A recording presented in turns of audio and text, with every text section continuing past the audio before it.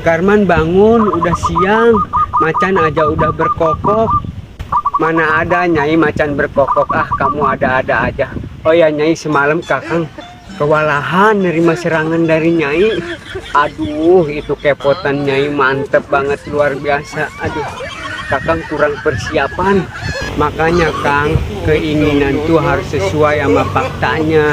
Giliran dikepot sedikit sama Neneng loyo. Udah ya Kang, Neneng duluan ke kebun. Awas ya kalau sampai kagak nyusul ke kebun. Katanya Kakang mau semangat kalau Neneng ngasih jatah. Ya Nyai, nanti Kakang nyusul ya. Kakang mau mandi dulu biar Kakang seger.